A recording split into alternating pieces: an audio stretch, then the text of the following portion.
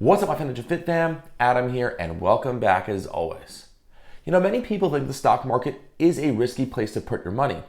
But when you look at it from a larger perspective, especially over the last century, you'll see that the stock market has won in a pretty big way. Many avoid the market as a whole because they heard a horror story about someone that invested money years ago and lost a good amount of their principal, or they just simply don't know where to start. Many people new to the market or new to investing feel like they need to buy a specific stock in order to be a winner in the long run.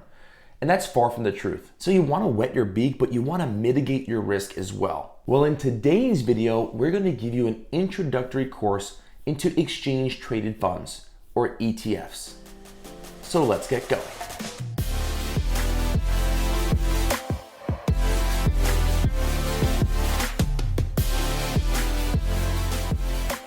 I love ETFs for new investors.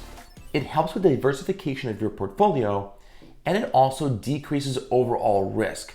Just in case something goes wrong with one of the companies within that ETF, you still have plenty to fall back on. Diversification really is the key to life, and you could diversify your YouTube viewing portfolio by liking this video and subscribing to this channel.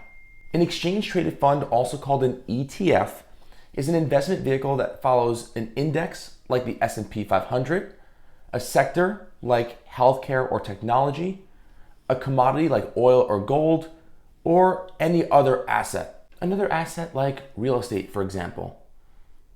And let's hope Bitcoin's not far behind.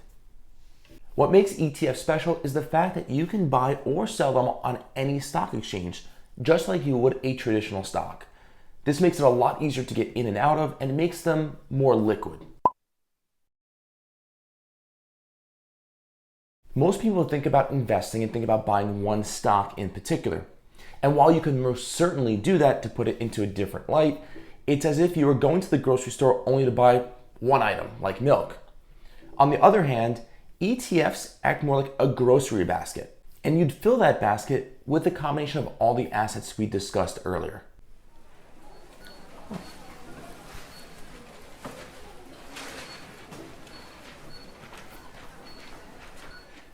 ETFs can really be structured in a multitude of different ways. They could track something simple like an individual commodity, like corn for example, or they can also track a large and diverse group of securities of different stocks and bonds. They can also be structured to track specific investing strategies. If you feel like green energy is going to be a big deal in the next few years and you want to go green energy heavy, you don't need to invest in one company. You can invest in a green energy ETF. ETFs and mutual funds might sound similar, but there are some differences. An ETF's price will go up and down throughout the day, much like a traditional stock, and it is bought and sold on a stock exchange. A mutual fund doesn't have inter-day fluctuations in price. It also doesn't get traded on an exchange, and it would only be traded in aftermarket hours. On the financial side of things, ETFs tend to be more cost effective. There's usually little to no minimum requirement in order to invest in an ETF, and the actual fees or commissions to purchase or hold an ETF are lower than most mutual funds. You'll see when looking at mutual funds, the cost to actually get into a mutual fund is significantly higher, and the fees that are associated with the management of those mutual funds are also more expensive. I guess you can say they're mutually exclusive. Now, because an ETF holds tens, sometimes hundreds or thousands of stocks, or a blend of stocks and bonds, it's a great way to diversify your portfolio without buying each individual investment separately. So you can find an ETF with a blend of something like a little bit of Google, some Domino's, some Joe's Jeans, some Home Depot, some CrowdStrike. Literally an endless blend. Some ETFs will hold just US-based companies, while others will focus on the international markets. One of my favorite international ETFs, which you can actually find in my M1 portfolio, which is linked in the description below, is the iShares China ETF, MCHI. If you're currently using robo-advisors like Acorns, Betterment, Wealthfront, they use ETFs as an investing vehicle for their customers. As you fund those accounts, the robo-advisor will take that money and place it into an ETF or a group of ETFs based on your investing strategy. The other option, if you feel a little bit more comfortable, if you're a little bit more skilled, is really creating your own ETF. And you could do that by using a company like M1 Finance. There's a link in the description below. Again, you can see my portfolio, or you can also start an account. I do get a little bit of a kickback, but they also give you a little something as well to start your portfolio. I prefer M1 Finance because I can control the companies that I want to invest in and at what percentages. Now we're going to jump into some examples of ETFs, and there are over 7,000 globally. So here's just a very small sample of what you'd see on the market. The oldest and most well-known ETF, the SPDR 500, goes by ticker SPY, or the SPY, tracks the S&P 500. And if you look at its performance, it has consistently done well from a max view, 1 year view, and even over the past 6 months. You see a little dip there from the pandemic. And as you scroll down on a summary page here on Yahoo Finance, you can see the expense ratios are very, very low, 0.09%. What makes the SPY, or just the S&P 500, attractive as a whole is it holds the top 500 companies by market cap here in the United States. When one of them doesn't perform and it falls out of the 500, it is then replaced. Since the SPY's origination in 1993, it has provided an average return of just under 10%, which is incredible. It beats 95% of investors and other funds out there. Many of these companies also distribute dividends, so if you're holding the SPY, not only do you get the annual growth, but you also get dividend return. Next, we have the US Oil Fund. So this is following the commodity of oil. And what you'll notice here is the performance has been less than stellar, pretty much on the decline for the past half a decade. On top of that, the expense ratios are super, super high. We mentioned ETFs can also follow sectors. Now this one follows the energy sector as a whole. And when we kind of zoom out and look at its overall performance, it's had a bunch of ups and downs and has really traded sideways for a pretty significant amount of time. And what you'll notice here is the expense ratio is also relatively low, especially when compared to oil, but not as low as the S&P 500 or the SPY. Lastly, we have the GLD, or the SPDR Gold Shares. Now this fund here will track the price of gold. As you scroll down, you look at the expense ratio here at 0.4%, which is kind of in the middle of overall expense ratios. Now, as we go into the actual holdings themselves, you'll see that it holds no stocks, no bonds. It literally just follows the price movement of the commodity gold. In next week's video, I'm going to show you a systematic approach on how to find the ETFs that you would be most interested in.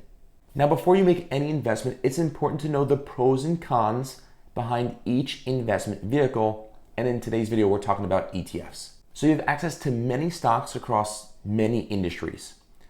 The expense ratios and the fees to own an ETF are very, very low. You're able to better manage your risk by diversifying your portfolio.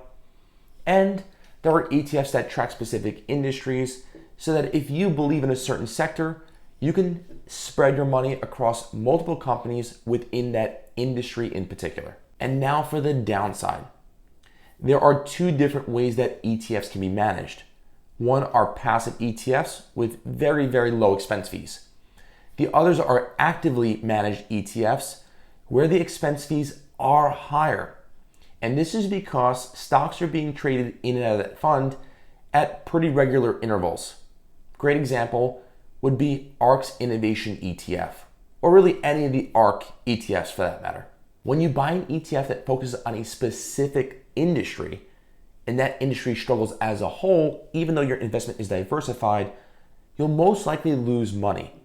A great example would be the price of oil, which significantly declined during the pandemic. If you are in an oil-based ETF, well, your ETF, although diversified, would have lost its value as well. If you buy an ETF that holds companies that pays dividends, well, guess what?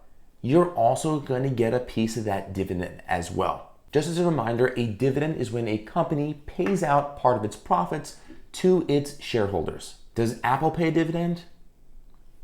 It does. Does Costco? It does as well. Does Google? Nope. Tesla? Sorry. ETFs are not all balloons and rainbows. They have created concerns amongst many investors and experts in the field. In order for an ETF to track a specific industry or a group of stocks, it actually has to buy those stocks and bundle them together. In turn, as the investor, you buy into the ETF. So the investor buys into the ETF, and the ETF buys the underlying assets. It kind of looks like a stock multi-level marketing scheme. And that's why people are worried. ETFs provide inflated demand for those underlying assets and pushes the prices of those assets even higher. Now, as those values climb, they can create very fragile bubbles and eventually cause a stock market crash. Since the financial crisis of 08-09, we've seen that ETFs have played a major role in the lack of stability in the markets and have also caused some significant flash crashes, at least 3 times over the past decade. Well, here at the end of this video, I might have painted a doom and gloom scenario for ETFs. The truth is they're very cheap to own. They diversify your portfolio amongst multiple industries, or if you want to stay within the same sector, that's fine as well. But it really helps mitigate your risk. So instead of putting all your eggs in one basket and betting on one company, now you can have a full bundle of companies within your portfolio by just purchasing one ETF.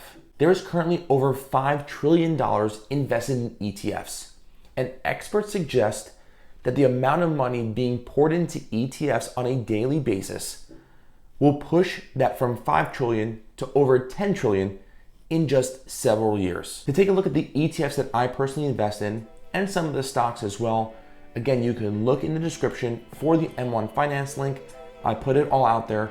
Now that's one of the portfolios I use. I use several others as well, but this just gives you a little insight into the way I invest. As always, save, invest, and grow. Ciao, ciao.